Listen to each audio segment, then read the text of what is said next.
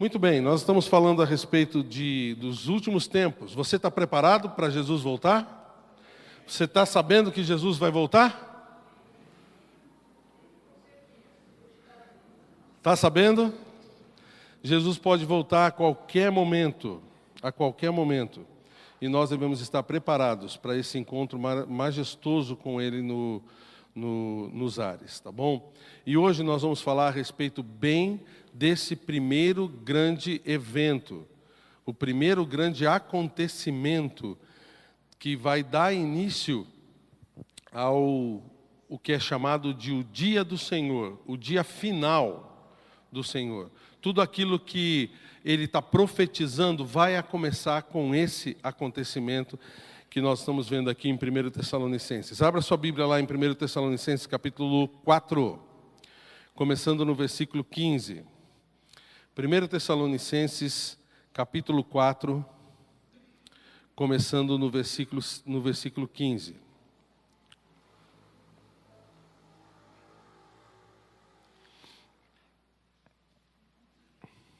Vamos começar a ler a partir do versículo 13, para a gente pegar todo o contexto desse trecho. 1 Tessalonicenses capítulo 4, vamos começar no versículo 13. Diz assim: Não queremos, porém, irmãos, que sejais ignorantes com respeito aos que dormem, para não vos entristecerdes como os demais que não têm esperança. Pois se cremos que Jesus morreu e ressuscitou, também cremos que Deus, mediante Jesus, trará em sua companhia os que dormem. Ora, ainda vos declaramos por palavra do Senhor isto: nós, os vivos, os que ficarmos até a vinda do Senhor, de modo nenhum precederemos os que dormem. Porquanto o Senhor mesmo, dada a sua palavra de ordem, ouvida a voz do arcanjo e ressoada a trombeta de Deus, descerá dos céus, e os mortos em Cristo ressuscitarão primeiro. Depois nós, os vivos, os que ficarmos, seremos arrebatados juntamente com eles entre nuvens para o encontro do Senhor nos ares, e assim estaremos para sempre com o Senhor. Consolai-vos, pois, uns aos outros com essas palavras. Vamos orar. Pai, nós agradecemos o Senhor pela revelação da Tua palavra, porque o Senhor revelou ao apóstolo Paulo as coisas que iriam acontecer bem no início deste fim dos tempos que o Senhor nos dá a conhecer. Por isso, Senhor, nessa mensagem de hoje, nesse estudo que vamos fazer da Tua palavra, que o Senhor toque nos nossos corações, não só para que recebamos um conhecimento intelectual, não só para recebermos um conhecimento daquilo que é uma cronologia de fatos, mas que seja real nas nossas vidas, que seja uma coisa que toque os nossos corações, porque cada um de nós aqui vai participar disso, quer queira, quer não. Obrigado, Senhor Deus, porque a gente está aqui ouvindo a Tua palavra e conseguindo receber do Senhor essa instrução. Ajuda-nos a compreendê-la e aplicá-la em nome de Jesus. Amém. Uma coisa importante que eu acabei de dizer na mensagem: tudo que nós formos falar hoje aqui, você vai participar, de uma forma ou de outra. De uma forma ou de outra você vai participar. Ah, pastor, e se eu morrer amanhã? Você vai participar também, mesmo morto. E nós vamos ver a sequência desses acontecimentos. Tá bom? Porque a gente pensa, quando a gente tá falando a respeito da escatologia, das coisas que vão acontecer, e a gente já tem visto algumas delas, inclusive, você que estava aqui algumas semanas atrás, esse aqui é o que a gente está chamando de linha do tempo, tá bom? Começando lá, você está vendo a cruzinha lá no canto? Começando com a morte de Cristo, o período da igreja que nós vimos a semana passada nas 70 semanas de Daniel. E também falando a respeito desses outros períodos que vão acontecer no nosso futuro. A partir da igreja ali, tudo para nós é futuro, tá? Mas Deus, Ele nos deu alguns sinais para que a gente saiba, mesmo enquanto a gente está no período da igreja, que os fins dos tempos estão chegando. Que as coisas vão começar a acontecer. E nós já vimos 2 semanas atrás que estes sinais já foram cumpridos. Todos eles. Nós temos aqui 8 sinais diferentes e todos eles já foram cumpridos de acordo com o que a palavra de Deus nos ensina. Se você não teve aqui nesse domingo e gostaria de saber, entra no site da nossa igreja, pibrcuritiba.org.br. Lá está a mensagem todinha para você poder ouvir, para você poder se inteirar a respeito dela. Tá bom? Porque os fins dos tempos estão chegando. Estão chegando. E como vão se dar os fins dos tempos? Como é que esses fins dos tempos vão acontecer? Alguns dizem que é através Tem o povo da ecologia, que fala que a Terra vai acabar com seus recursos naturais, e aí aos poucos, com o derretimento das geleiras, com a camada de ozônio sendo cada vez menor, o que vai acabar acontecendo é que a humanidade vai estragar o planeta de uma tal forma que o planeta vai morrer, vai murchar e todo mundo vai morrer. Existe o ponto de vista também da invasão extraterrestre. Você já deve ter visto isso, luta contra aliens para a sobrevivência. Ou robôs dominando o mundo. Os robôs os computadores vão dominar todo mundo e vão fazer uma guerra contra os humanos, e os humanos vão perder essa guerra porque os computadores são mais fortes, os robôs são mais fortes. Bom, você já viu isso em Hollywood, tá? E é interessante porque a gente vê tanta coisa, tantos filmes, tantas pessoas falando de tantas maneiras sobre o fim do mundo, mas ninguém vai para a fonte de verdade, ninguém se interessa muito pela fonte de quem construiu o mundo, de quem fez o mundo, para saber o que ele diz a respeito disso. E o que nós vamos ver aqui não é uma visão hollywoodiana do fim do mundo, mas o que a palavra de Deus ensina. Porque o futuro do mundo já está determinado. Cristo vai voltar. E Ele vai estabelecer o seu reino na humanidade. E tudo isso já tá acontecendo. Essa verdade já foi revelada para o mundo por aquele que é o dono do mundo. O Senhor Deus. Lá em Salmo 124, versículo 1, Salmo 24, versículo 1, o salmista diz: ao Senhor pertence a terra e tudo o que nela se contém, o mundo e os que nele habitam. Então tudo pertence a quem? Você pertence a quem? Entendeu? O que a palavra de Deus nos ensina é que a gente tem que buscar aquilo que Deus determinou sobre o futuro da humanidade, e Ele nos deu a revelar aqui. Ele nos revelou aquilo que Ele quer que a gente saiba sobre isso. Agora, o que é a nossa parte? O que cabe a nós? Cabe a nós prestar atenção naquilo que Deus está falando. Cabe a nós dar ouvidos ao que a palavra de Deus nos diz e tomarmos providências para o nosso futuro. O que Ele faz, o que Deus faz com toda esta revelação do que vai acontecer, é preparar a gente. É fazer com que a gente esteja preparado para poder responder da maneira correta aquilo que Ele quer que a gente aprenda, tá bom? Então, obrigado, meu amigo.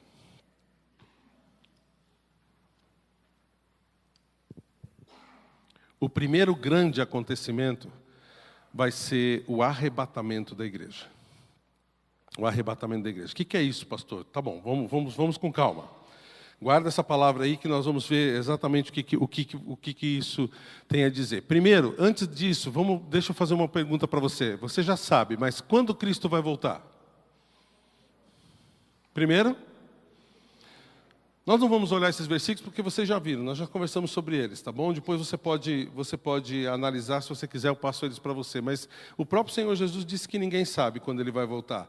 Também, o que a gente sabe é que Ele vai voltar como ladrão na noite. Você está aberto em 1 Tessalonicenses 4 aí?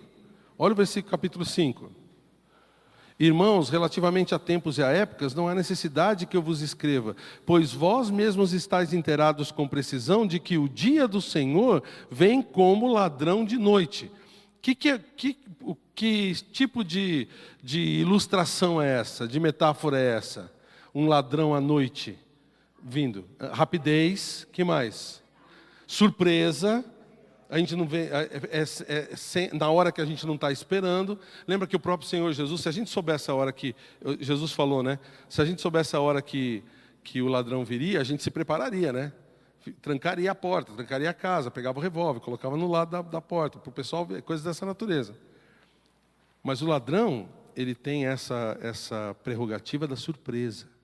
Então, o que ele está dizendo aqui é que ele vai vir numa hora que a gente está mais desprovido, desapercebido, distraído. Também, uma coisa a gente pode afirmar, Jesus vai voltar logo.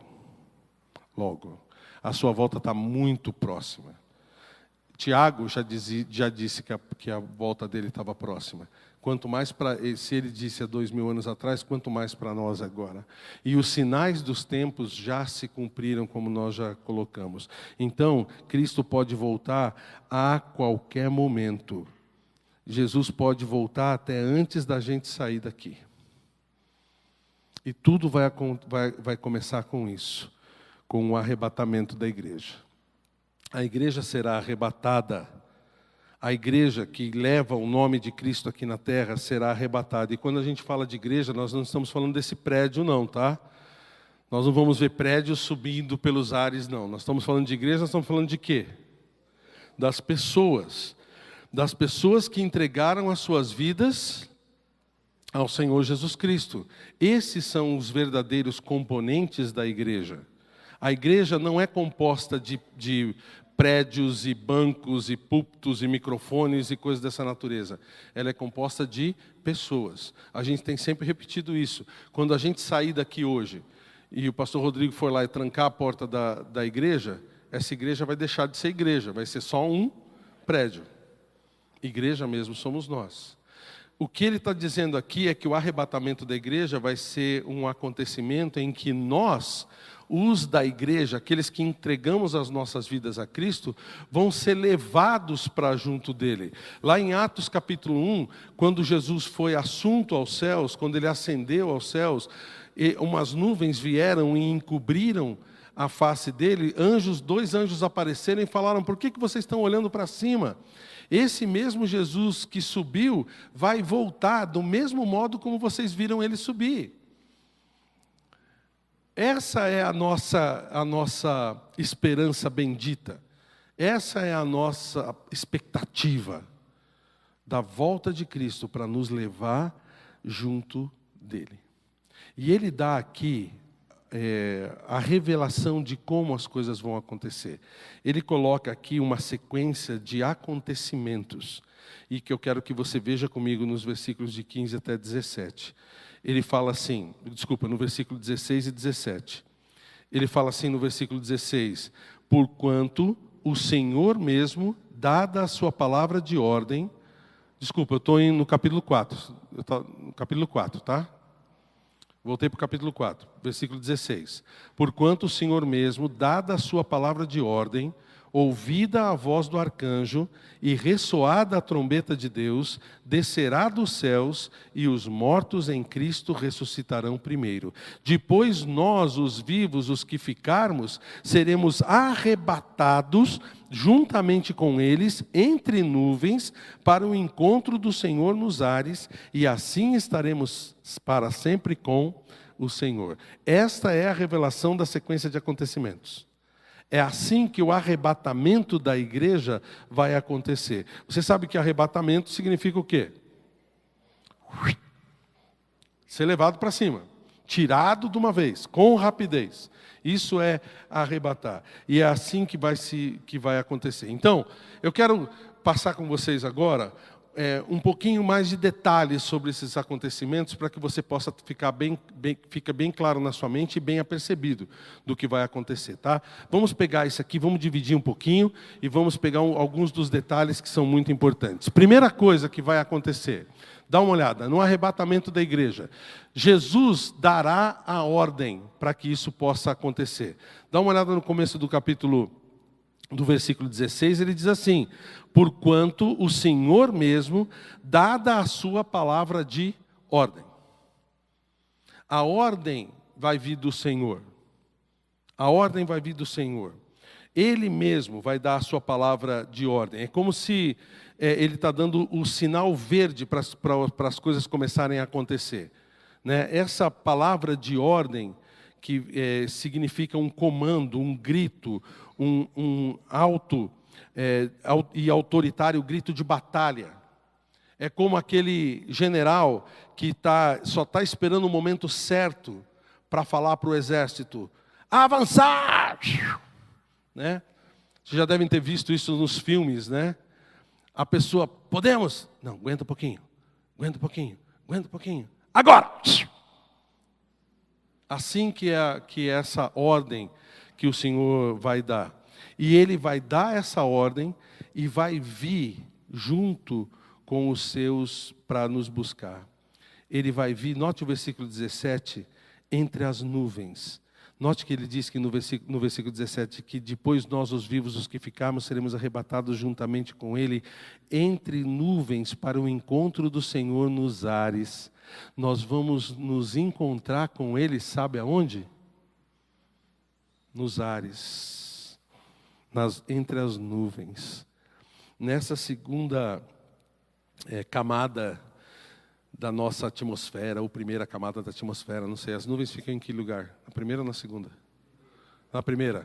Obrigado, biólogo. Então, é biólogo não, né? Atmosfera. Vocês entendem. Nós vamos encontrar com ele lá em cima, tá bom? Essa vai ser o nosso encontro com o Senhor. E é interessante que, notem, ele não vai vir tocar na terra dessa vez. O toque na terra, ele só vai acontecer no final dos 7 anos, quando ele vier na sua segunda vinda de verdade, quando ele vai vir no final da tribulação para acabar com os exércitos do anticristo e estabelecer o seu reino. Aí sim ele vai pisar sobre Jerusalém, vai pisar sobre a terra. Nessa primeira etapa ele vai nos receber nos ares. Essa é a ideia. Nós vamos nos encontrar com ele nos ares. E ele vai ter dado a ordem e tudo vai se iniciar. E nós vamos nos encontrar com o Senhor. Outra coisa que ele está dizendo aqui, no versículo 16, ouvida a voz do arcanjo. Você notou aqui que tem um arcanjo que está dando uma ordem também, uma voz de batalha. Talvez você está perguntando, mas só a voz de Cristo não é suficiente? Por que o arcanjo tem que gritar também? E eu fui fazer uma pesquisa para saber o porquê dessa convocação, né, dessa ordem que o arcanjo também tem que dar. Uma convocação do arcanjo tem um significado bem especial. Primeiro de tudo, quem é esse arcanjo? É um anjo de Deus. Olha, a palavra arcanjo é mencionada 2 vezes na Bíblia. Uma nesse versículo e outra lá em Judas, versículo 9, quando esse título é dado a Miguel. Miguel. Isso, vocês acertaram. Ele é dado para Miguel. Miguel é o único chamado de arcanjo na Bíblia. É interessante porque a gente pensa que Gabriel também é chamado de arcanjo, mas ele não é chamado de arcanjo na Bíblia. Todas as vezes que ele aparece, ele é chamado de anjo, ele é chamado de homem, ele é chamado de outras coisas. Ele aparece em Lucas capítulo 1, para Maria, aparece para Daniel também no capítulo 9, logo antes das profecias das 70 semanas que a gente viu a semana passada, mas em nenhum lugar ele é chamado de arcanjo. O único que é chamado de arcanjo na Bíblia é Miguel, tá bom? Agora, existem as tradições também. A nossa, vamos dizer assim, liberdade teológica, bíblica, nos fala também que não é porque ele não é chamado de arcanjo que ele não é arcanjo. A gente vai descobrir isso quando a gente chegar no céu, tá bom? Por exemplo, a tradição católico-romana, a tradição judaica babilônica diz que existem 3 arcanjos: Miguel, Gabriel e Rafael. Rafael, você é arcanjo. Cadê o Rafael? Tá bom? A tradição católico-romana diz que existem 7. Miguel, Gabriel, Rafael, Uriel, Fanuel, Zaraquiel e Simiel. Todos com El no final, que é o sufixo para Deus, né? El é Deus. Já a Igreja Católica Ortodoxa diz que existem milhares de arcanjos que não se pode enumerar, tá bom? Mas a função de Miguel, nós vamos supor aqui que Miguel é de quem ele está falando aqui, ele está diretamente ligado ao povo de Israel. Isso é uma coisa muito interessante, tá? Que eu gostaria de olhar com vocês e olhar esses textos que a gente está vendo aqui nas Escrituras. Ele tem uma função diretamente ligada com Israel. É interessante, porque Gabriel explica para o profeta Daniel a relação que ele tem. Vai comigo para Daniel capítulo 10. Deixa o seu dedo aqui em 1 Tessalonicenses, a gente vai voltar para cá. Mas vem comigo para Daniel capítulo 10.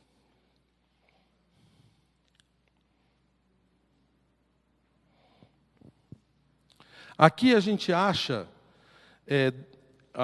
o anjo Gabriel conversando com Daniel. Foi ele quem traz as revelações as revelações de Deus para Daniel. Inclusive para Daniel. Gabriel traz para Daniel, tá? Tudo né?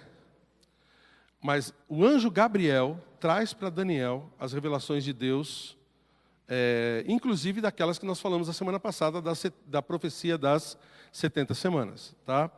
E aí, olha, dá uma olhada no capítulo 10, no versículo 21, depois vocês podem ler todo o capítulo, mas olha o que ele diz aqui a respeito de Miguel. Ele fala assim: mas eu te declarei o que está expresso na Escritura da verdade, e ninguém há que haja ao meu lado contra aqueles, a não ser Miguel, vosso príncipe. Olha, ele está falando isso para Daniel. E quando ele fala que Miguel é príncipe de Daniel, ele está falando do povo de Daniel. O povo de Daniel é quem? Os judeus, Israel. Então ele está dizendo que o que ele nos dá a entender aqui, que Miguel tem uma função específica, ou pelo menos bem dada para ele, de guardar, de ser o príncipe, o representante do povo de Israel. Aí quando você pula para o capítulo 12, de Daniel mesmo, no versículo 1, ele fala o seguinte, capítulo 12, versículo 1, nesse tempo se levantará Miguel, o grande príncipe, o defensor dos filhos do teu povo, e haverá grande tempo de angústia, a qual nunca houve, desde que houve nação até aquele tempo. Mas naquele tempo será salvo o teu povo, todo aquele que foi achado inscrito no livro. De que tempo de angústia ele está falando aqui? Da grande tribulação. Esse tempo, e ele está relacionando diretamente a grande tribulação com Miguel. Então a gente vê aqui que Miguel tem essa relação bem próxima com o povo de Israel. Inclusive, Miguel já havia lutado com Satanás por causa do corpo de Moisés. Lá em Judas a gente vê isso. Depois você pode olhar o livro de Judas. E contra um príncipe demoníaco para poder ajudar Gabriel para ajudar Daniel. Então, notem que Miguel ele está sempre diretamente relacionado com o povo de Israel.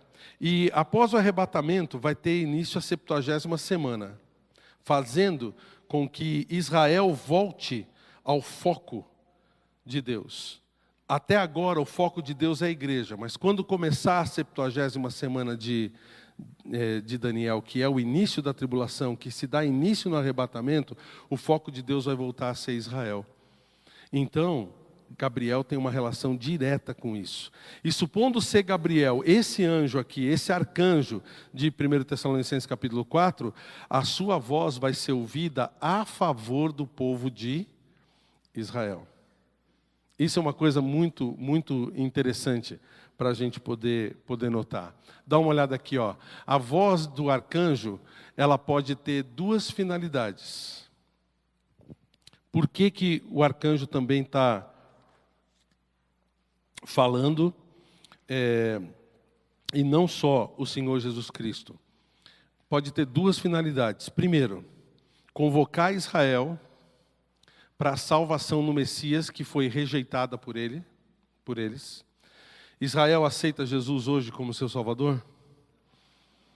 Israel até hoje está esperando o Messias. Sabia disso? Não aceita Jesus como seu Messias. Quer ver? Vem comigo para Romanos capítulo 11. Romanos capítulo 11. Olha, a semana passada eu já avisei vocês que a gente ia rodar bastante a Bíblia, tá? Rodar bastante, ver o que a palavra de Deus tem a dizer sobre essas coisas, tá bom? Então, prepara aí para você, para o seu dedinho, para ir rapidinho de um texto para o outro. Romanos capítulo 11, versículo 25 diz assim: Porque não quero, irmãos, que ignoreis este mistério, para que não sejais presumidos em vós mesmos, que veio o endurecimento em parte a Israel, até que haja entrado a plenitude dos gentios.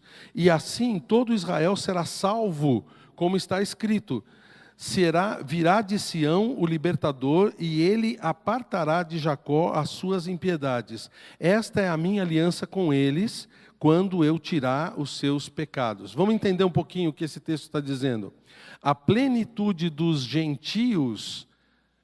Os gentios é a época da igreja. A plenitude do tempo dos gentios é o quê? Quando plenitude é quando acaba. Quando enche. Né? Quando um copo está pleno, está o quê? Cheio. Quando tiver terminada, quando tiver entrada a plenitude dos gentios, ou seja, no final do período da igreja, vai vir a salvação para Israel. Dá uma olhada no versículo 28. Quanto ao Evangelho, são eles inimigos por vossa causa. Quanto, porém, à eleição, amados por causa dos patriarcas. Quem são os patriarcas? Patriarcas. Abraão, Isaque e Jacó. Lembra que Deus virou para Abraão e falou assim: em você vão ser benditas todas as famílias da terra? E ele estava olhando para aquele que seria o judeu, que iria morrer para salvar os pecados de todo o mundo. Quem? Jesus, o Messias do povo. Só que o Israel atual rejeita Jesus como seu Messias. Versículo 29. Porque os dons e a vocação de Deus são irrevogáveis. Porque assim como vós também outrora fostes desobedientes a Deus, mas agora alcançastes misericórdia à vista da desobediência deles, Israel, assim também estes agora foram desobedientes, para que igualmente eles alcancem misericórdia à vista da que foi vos concedida. A ideia que ele está dizendo aqui é que como Israel seguiu a Deus na época do Antigo Testamento e os gentios não, nós não, agora se inverteu. Na época da igreja, o que está acontecendo é que nós estamos seguindo ao Senhor e Israel está fora. Essa salvação de Israel vai vir, vai voltar. E Miguel tem uma função muito importante nisso. Porque ele vai poder ser aquele que vai convocar Israel para o Messias. Gente, eu não sei exatamente como isso pode acontecer. Mas imagine dentro do poder de Deus, de todo o milagre que Deus fizer, o povo de Israel ouvindo a voz do arcanjo Miguel, e esses que realmente são sinceros em seguir Deus, entendendo o que Ele está dizendo, e ouvindo que Jesus é o Messias, e convocando Israel agora para seguir o Messias. Porque você sabe que na tribulação vai ter muitos judeus seguindo Jesus, sabia disso? Apesar da igreja já não estar mais aqui. Vai comigo para Apocalipse capítulo 7. Vai comigo para Apocalipse capítulo 7 para você ver.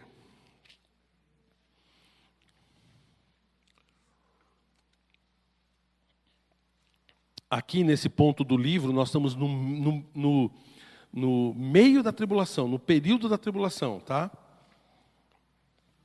Olha só o versículo, capítulo 7, diz assim, de Apocalipse: Depois disso, ouvi 4 anjos em pé nos 4 cantos da terra, conservando seguros os 4 ventos da terra, para que nenhum vento soprasse sobre a terra, nem sobre o mar, nem sobre árvore alguma. Vi outro anjo que subia do nascente do sol, tendo o selo do Deus vivo, e clamou em grande voz aos 4 anjos, aqueles aos quais foi dado fazer dano à terra e ao mar, dizendo: não danifiqueis nem a terra, nem o mar, nem as árvores, até selarmos na fronte, na testa, os servos do nosso Deus. Então ouvi o número dos que foram selados, e era de 144.000, notem, de todas as tribos dos filhos de Israel. Da tribo de Judá foram selados 12.000, da tribo de Ruben 12.000, da tribo de Gade 12.000 e assim por diante. Eles foram selados com o selo de Deus para serem testemunhas de Deus durante o período da tribulação. Então, irmãos, é bem possível que essa voz do arcanjo seja uma convocação direta de Deus ao povo de Israel, convocando realmente Israel para anunciar e para lutar a favor de Cristo e daqueles que estão ao lado de Cristo durante o mesmo período da tribulação. Esses vão passar o período da tribulação aqui. Mas Miguel tem uma função muito grande. A voz do arcanjo é como uma convocação de Israel para todas essas coisas. Entendeu? A importância da voz do arcanjo? Anunciar também que ele estará lutando a favor do povo de Israel. Nós lemos Daniel capítulo 12, versículo 1, dizendo que lá Miguel é o defensor dos filhos do teu povo. Então ele vai estar ali junto com Israel durante o período da tribulação também. Tá? Então notem que a ordem dos acontecimentos. O Senhor vai dar a ordem, avançar. E a voz do arcanjo vai ser ouvida. Qual é o próximo? Opa! O próximo acontecimento é a trombeta de Deus vai soar. Ressoada a trombeta de Deus. Para a gente entender um pouquinho sobre o que é a trombeta, eu quero que você venha comigo para Números capítulo 10. Em Números, a gente vê a importância da trombeta para Deus e para o povo de Israel.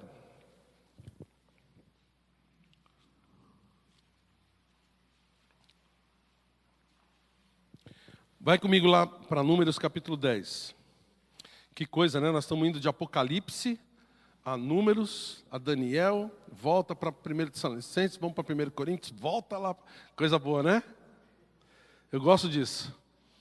Para você ver a unidade da Bíblia, entendeu? A Bíblia não é uma coisa assim, separada. As pessoas tentam pegar a Bíblia e cortar ela em pedaços. Não, ela é uma unidade, porque ela tem um único autor. Quem é o autor da Bíblia? Deus. Apesar de ter, 40 escritores diferentes, Deus usou 40 homens diferentes, mas a Bíblia é uma unidade. Ela é um único livro de Deus, uma única revelação de Deus para a gente. E a gente pode acreditar nisso. Dá uma olhada aqui, nesse texto de Números capítulo 10, que ele vai ensinar para que serve essa coisa dos toques da trombeta. Tá? E que serve para a gente também na hora do arrebatamento. Disse mais o Senhor a Moisés: faze 2 trombetas de prata, de obra batida as farás. Servir-te-ão para, olha só, 2 coisas: convocardes a congregação e para a partida dos arraiais.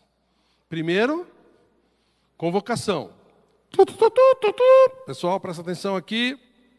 E segundo, quando tocar de novo, é a hora de partir. Vamos continuar. Quando tocarem, toda a congregação se ajuntará a ti à porta da tenda da congregação. Mas quando tocar uma só, a ti se juntarão os príncipes e os cabeças dos milhares de Israel. Quando as tocardes arrebate, o que é isso? Tocar arrebate, músicos, me ajudem aí. Isso, quando tocar direto, quando tocar forte, quando tocar todo mundo junto, tá? Quando tocar arrebate, partirão os arraiais que se acham acampados do lado oriental, Mas quando a segunda vez as tocardes arrebate, então partirão os arraiais que se acham acampados do lado sul. Arrebate as tocarão para as suas partidas. Tá? Então notou que tem duas coisas aqui importantes no que diz respeito ao toque da trombeta. Eu acho que Deus não colocou essa coisa no arrebatamento só para ficar mais bonitinho, para colocar uma música ambiente. Não foi isso. O que ele fez foi para usar realmente aquilo como uma convocação, em primeiro lugar, para cada um de nós, tá bom? Essa convocação, note, ele está dizendo aqui no versículo 4, que quando uma trombeta fosse tocada, seria a convocação do povo. Então, no arrebatamento, pode ser que essa trombeta sendo tocada tenha a intenção de ajuntar o povo de Deus para aquela situação.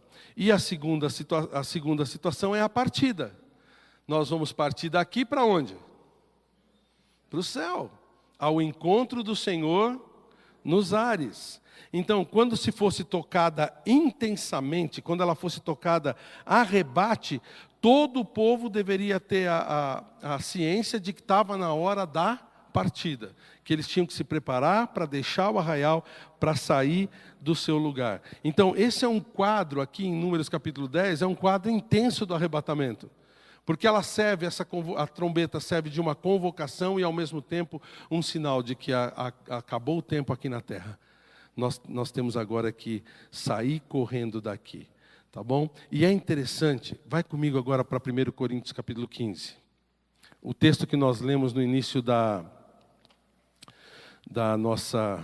do nosso culto hoje.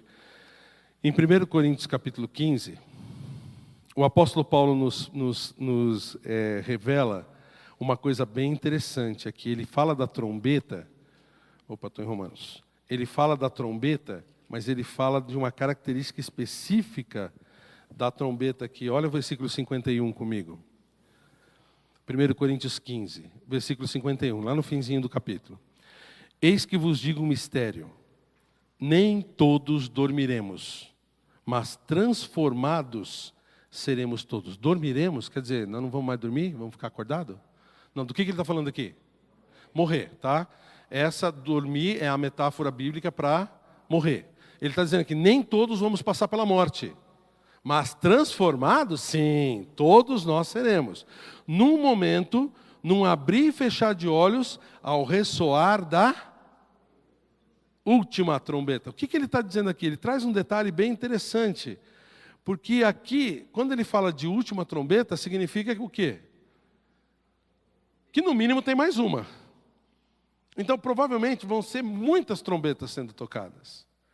Provavelmente vai ter um som de trombeta espalhado pelo mundo inteiro. Imagina, quantos anjos tem que podem tocar trombetas?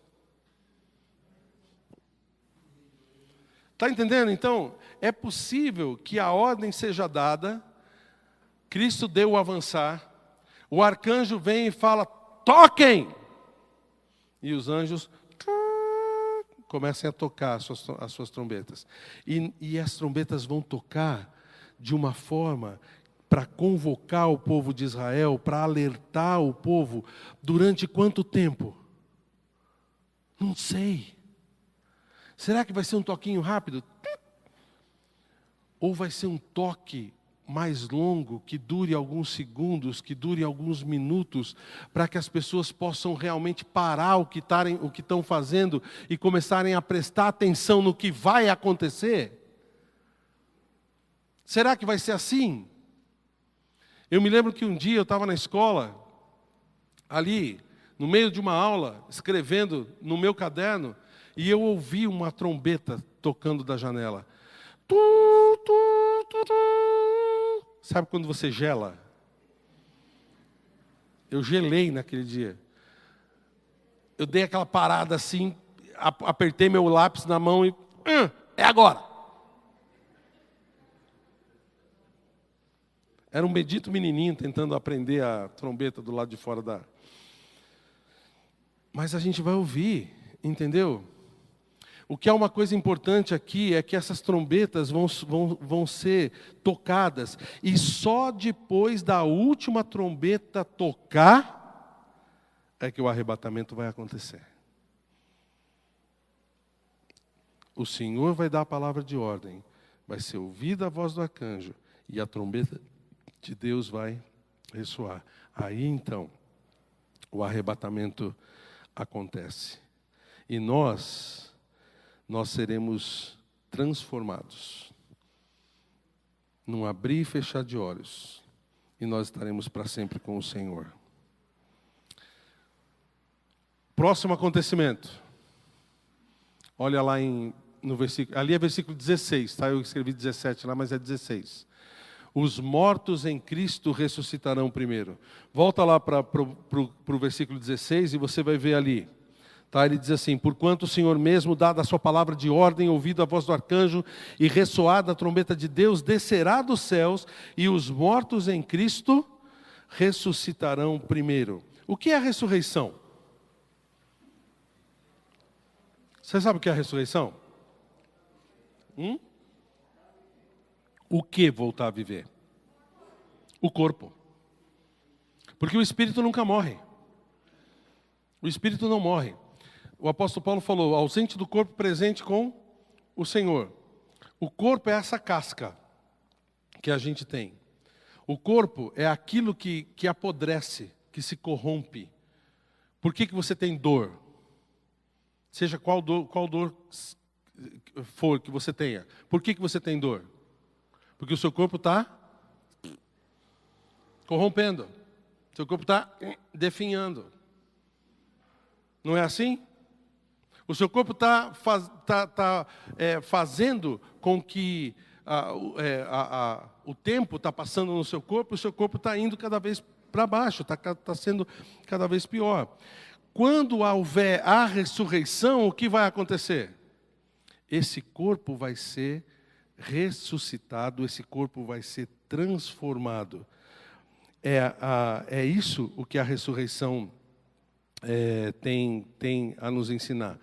O que ele está dizendo aqui é que as almas que vierem junto com o Senhor vão se unir a seus corpos e vão então ressuscitar diante de Deus.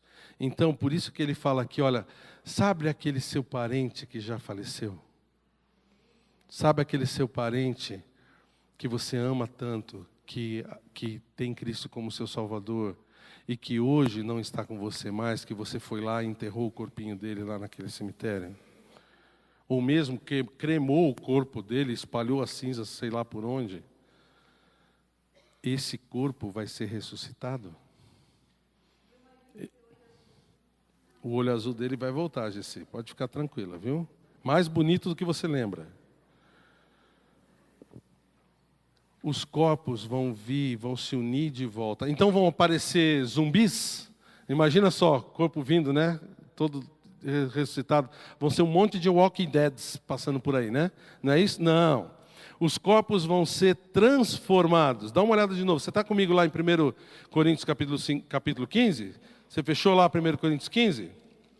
Volta lá comigo para 1 Coríntios 15, no versículo 51.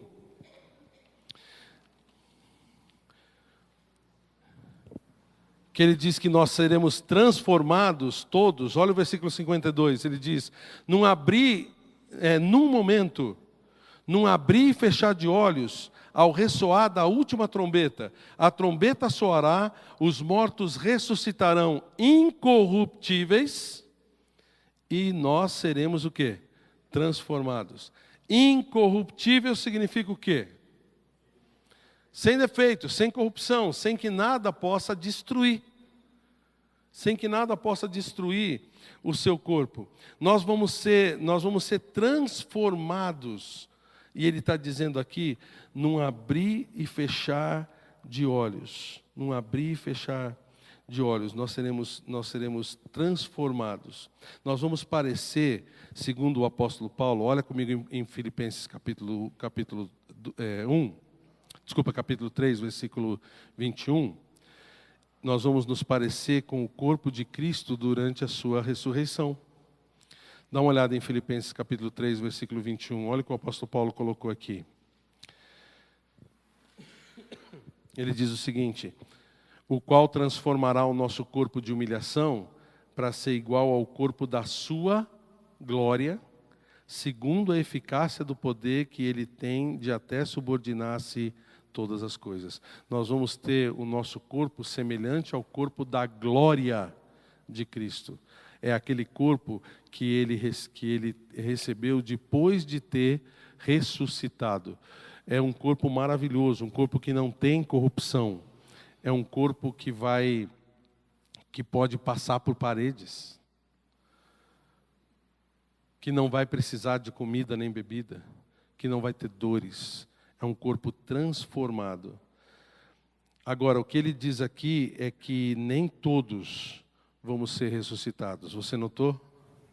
Nem todas as pessoas vão ser ressuscitadas. Volta lá para 1 Tessalonicenses. Ele fala no versículo ali que os mortos em Cristo ressuscitarão primeiro. O que ele quer dizer com isso? Somente os salvos. Somente aqueles que entregaram suas vidas ao Senhor Jesus Cristo. Esses vão ressuscitar.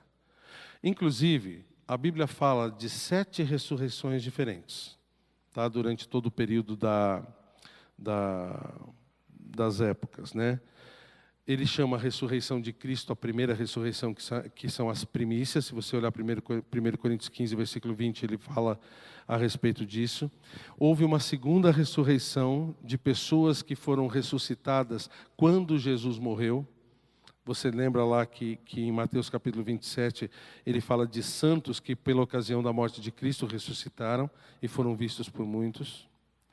A terceira ressurreição vai ser essa, a dos salvos da igreja, aqueles que morreram em Cristo, que se tivessem vivos na época seriam arrebatados por fazerem parte da igreja. Depois, a quarta ressurreição, lá em Apocalipse capítulo 11, das 2 testemunhas do Apocalipse, nós vamos ver isso um pouquinho mais para frente. A quinta, dos salvos durante o período da tribulação. Quando a tribulação terminar, os salvos, aqueles que morreram por Cristo durante os 7 anos da tribulação, vão ser ressuscitados no final da ressurreição.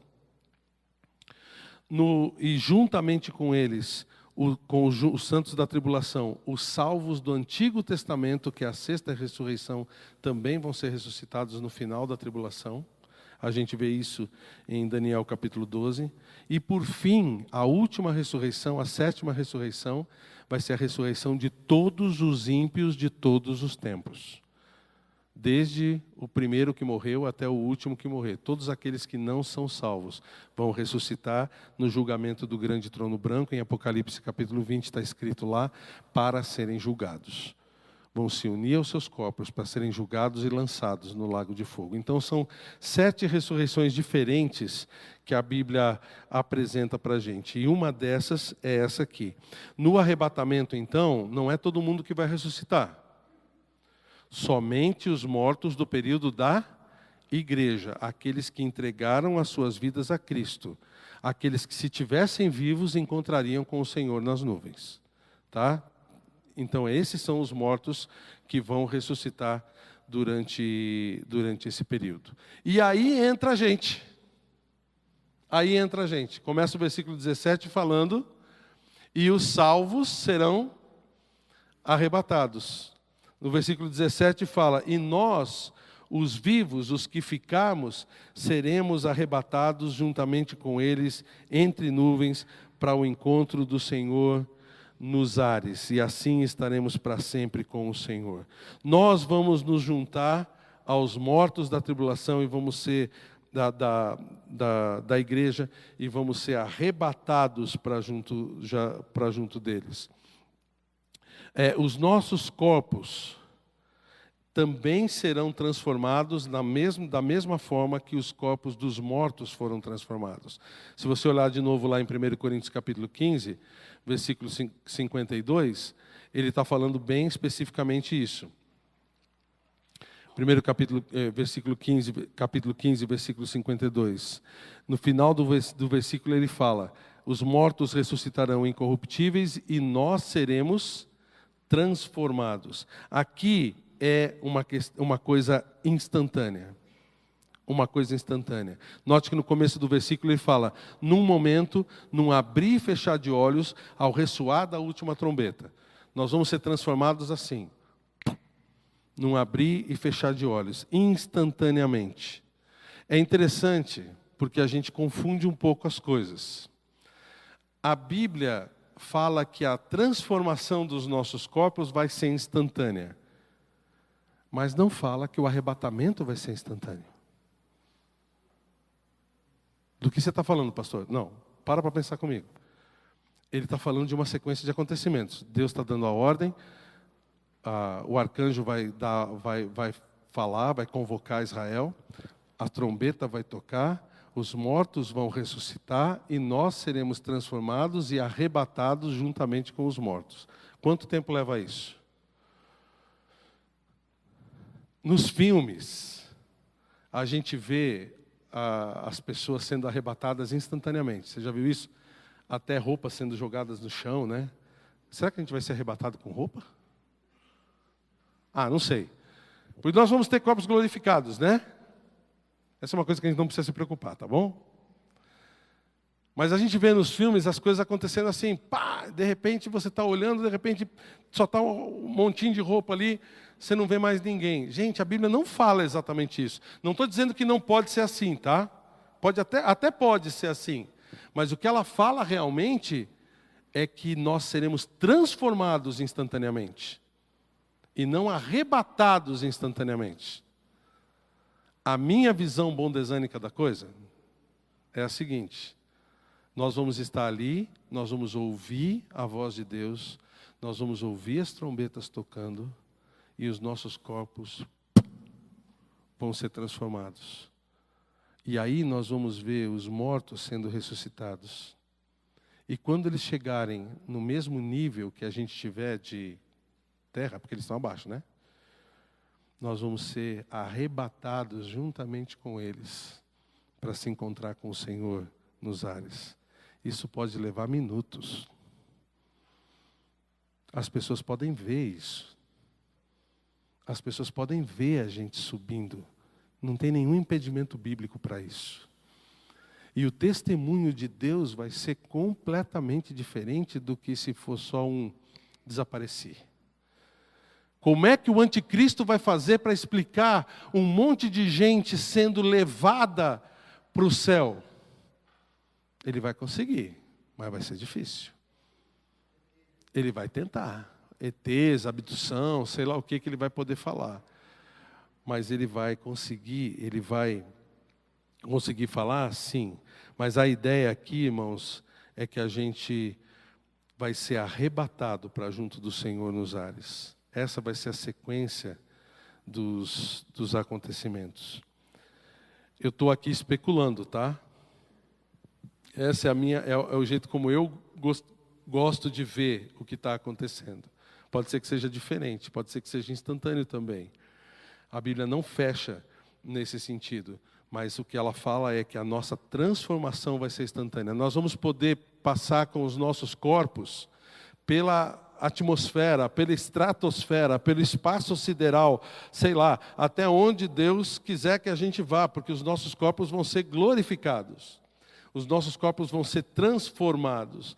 Nós não vamos ter mais dor, nós não vamos precisar mais ter qualquer tipo de conserto.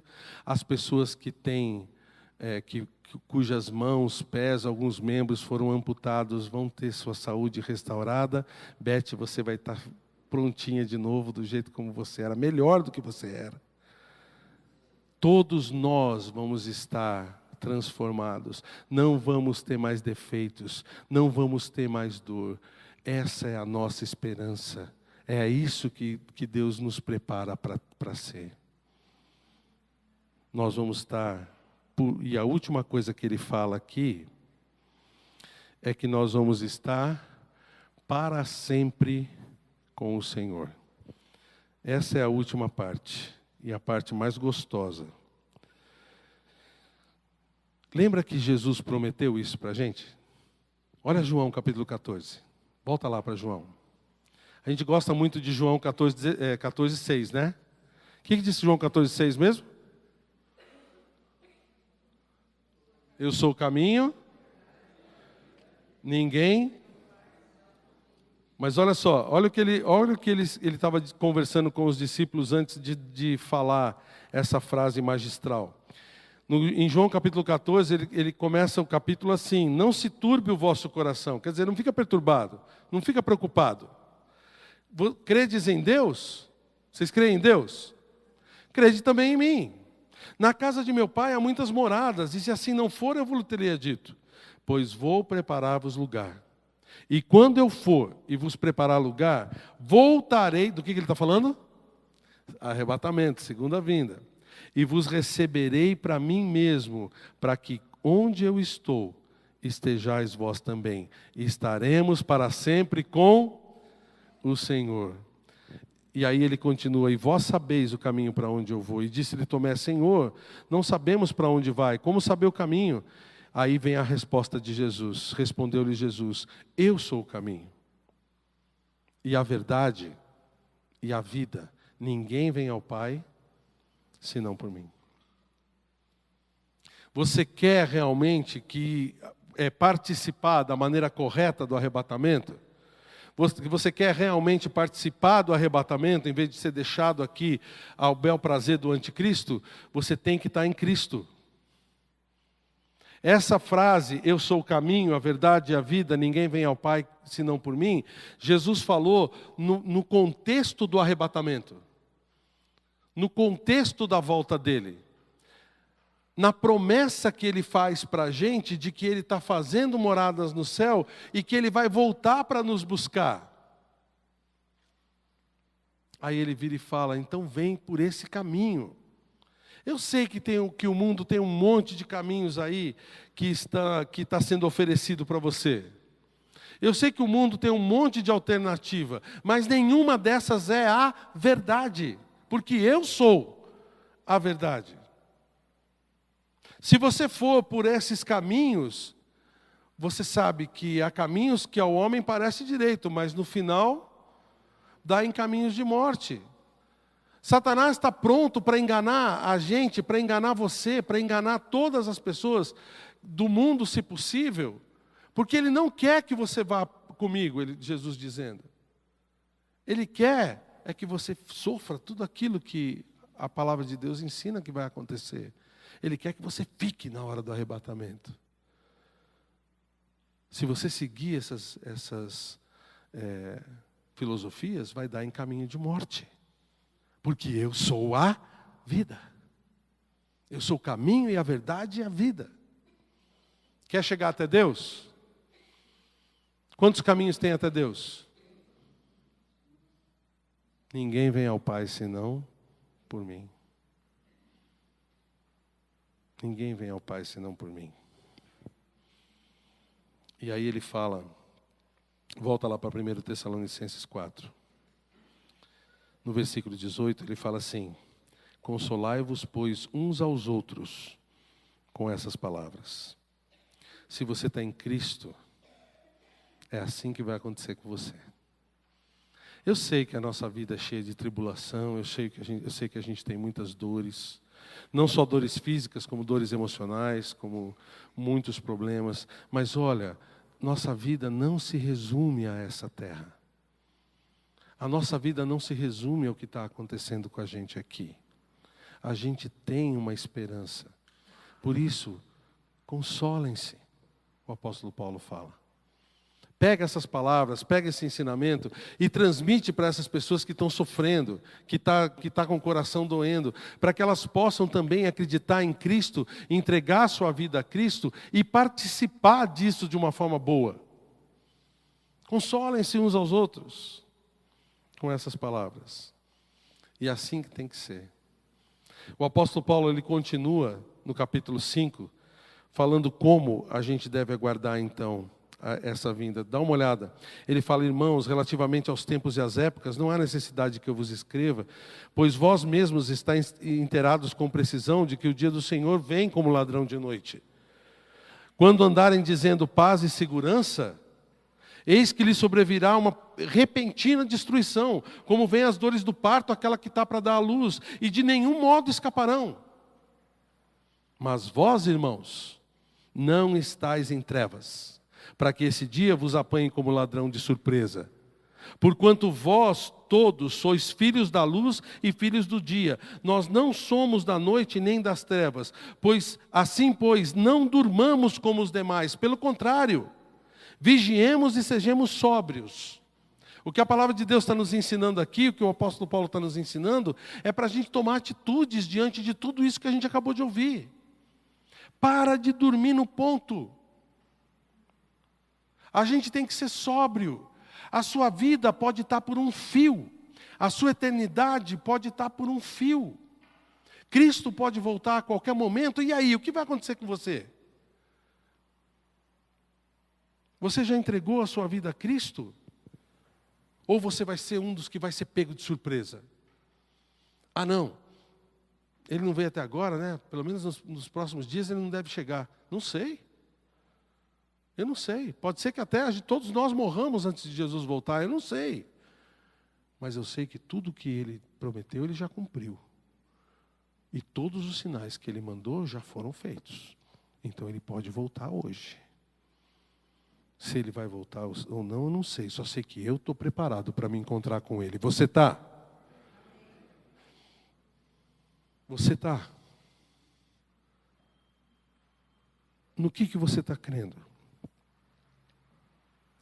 Qual é a base da sua fé? Você realmente entregou a sua vida a Cristo? Você realmente tem Jesus como seu Salvador? O único caminho para chegar até Deus? Ou você está tentando chegar até Deus por outras situações, por outros subterfúgios? Você quer chegar diante de Deus e falar: ah, Deus, eu fui na igreja. Grande coisa você vir na igreja. Ah, eu fui religioso. Ah, eu fiz uma promessa e cumpri. Eu fui muito bonzinho. A gente pensa que vai chegar na porta do céu e vai ter uma balança do que a gente fez de bom contra aquilo que a gente fez de ruim. Não é nada disso. Só tem um critério: Cristo. Porque Cristo morreu pelos seus pecados. E pecado não entra no céu. Você já cometeu algum pecado? Já? Então você não entra no céu. Se você entrar no céu, vai contaminar o céu com pecado. E o céu é perfeito. Não vai entrar. Você não vai entrar. Só através do sangue de Cristo você pode entrar. E só vai participar do arrebatamento aquele que estiver em Cristo. Por isso, se você ainda não participou, não seja pego de surpresa, tá bom?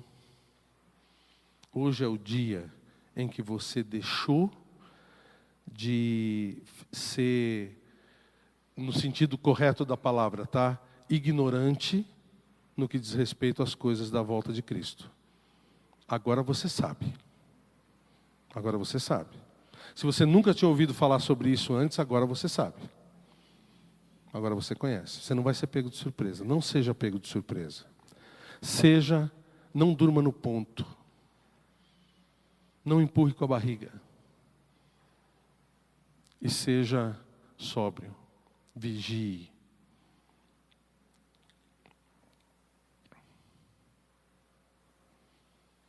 Nós não podemos ser bêbados espirituais. Só o bêbado não sabe o que faz. Toma decisões horríveis, toma decisões contrárias àquilo que deveria fazer. Nós não. Nós somos sóbrios. Por isso, como é que é a sua situação? Antes de encerrar a mensagem hoje, eu quero que você comece a refletir dentro da sua situação, porque você pode sair daqui hoje muito bem informado. Legal. Agora, a partir de agora, eu sei qual é a teoria bíblica sobre os fins dos tempos. Beleza. Mas você tem que lembrar que você vai participar disso. Se Cristo voltar hoje, a tribulação vai começar hoje. Se Cristo voltar hoje e você não tiver Cristo como seu Salvador, Você não vai com a gente. Você provavelmente vai ver a gente subir. Mas você vai ficar. E você vai começar a sofrer, a passar por tudo aquilo que está sendo predito no livro de Apocalipse a respeito dessa tribulação. Mas o que, pastor? O que vai ser? O que vai ser? O que está sendo predito? Volta a semana que vem. Nós vamos começar a falar sobre isso. Sobre o que vai acontecer com a gente ou com as pessoas que ficarem no período da tribulação. Tem mais coisas que a gente precisa aprender. Mas tudo começa com o arrebatamento. Tudo começa com essa decisão de você ir com o Senhor ou ficar por aqui. E só tem uma pessoa que pode tomar uma decisão por você. Sabe quem é? Você mesmo. Eu não posso tomar essa decisão por você e nem você por mim. Eu já tomei a minha decisão há muitos anos atrás. Você precisa fazer essa decisão também. Então eu quero que você reflita agora. Baixe a sua cabeça, feche os seus olhos. Nós vamos orar. Mas antes de orar, cabeça baixa, olhos fechados. Baixa a cabeça. Eu quero que você pense na sua condição agora. Eu sei que você já ouviu bastante do Evangelho. Talvez não é nem a primeira vez que você está aqui na igreja, talvez não era a primeira vez que você ouviu a respeito dessa questão da escatologia, do arrebatamento. E você olhando para o seu coração, você sabe que você ainda não entregou sua vida a Cristo. Você sabe, eu não sei, mas você sabe. Que tal agora, nesse momento, você pedir para Jesus entrar no seu coração? Abdicar de todas as coisas que você tem crido até agora, porque Ele é o único caminho, Ele é a única verdade, Ele é a única vida. Você sabe disso. Deixa de lado as suas boas obras, deixa de lado todas as suas crenças de como chegar até Deus e se entrega ao Senhor Jesus Cristo. Que tal você orar comigo agora e dizer, Senhor Jesus, eu quero que o Senhor entre no meu coração. Eu acredito que o Senhor é a verdade da minha vida. Eu acredito que o Senhor é o único caminho para a minha salvação. E eu entrego a minha vida ao Senhor. Que tal você fazer uma decisão assim agora? Muitos de nós já fizemos essa decisão. E é a decisão que vai determinar o rumo da sua eternidade. Que vai determinar se você vai participar do arrebatamento ou vai ficar no arrebatamento. Você gostaria de fazer uma decisão dessa? Gostaria de entregar a sua vida a Cristo? Eu quero orar por você. Levanta a sua mão. Eu vou orar por você. Alguém aqui que tem esse desejo? Obrigado. Pode abaixar a sua mão. Mais alguém?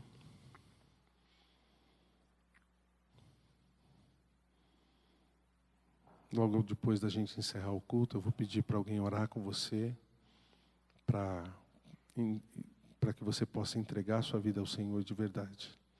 Mais alguém? Senhor Deus, nós louvamos o Senhor, porque o Senhor trouxe salvação a essa casa hoje. Obrigado, Senhor Deus, por essa alma que entrega a sua vida a Cristo. E eu te peço, Senhor Deus, que essa decisão seja definitiva, que ela tenha essa segurança de que o Senhor entrou no seu coração a partir do momento em que ela pede. E eu te peço, Senhor Deus, que o Senhor lhe dê a salvação e lhe dê a tua paz de que vai participar com a gente no arrebatamento. Pai, obrigado, porque é o Senhor quem cuida de nós. Eu te peço, Senhor Deus, por cada um que está aqui hoje, cada um que já entregou também a sua vida a Cristo, que possamos ter essa noção de que as pessoas ao nosso redor precisam ouvir isso também. E que o Senhor seja engrandecido através das nossas vidas. Obrigado, Senhor Deus, pela tua palavra, pela tua revelação. E não nos deixa, Senhor Deus, nos desviar dela nunca. Peço em nome de Jesus. Amém.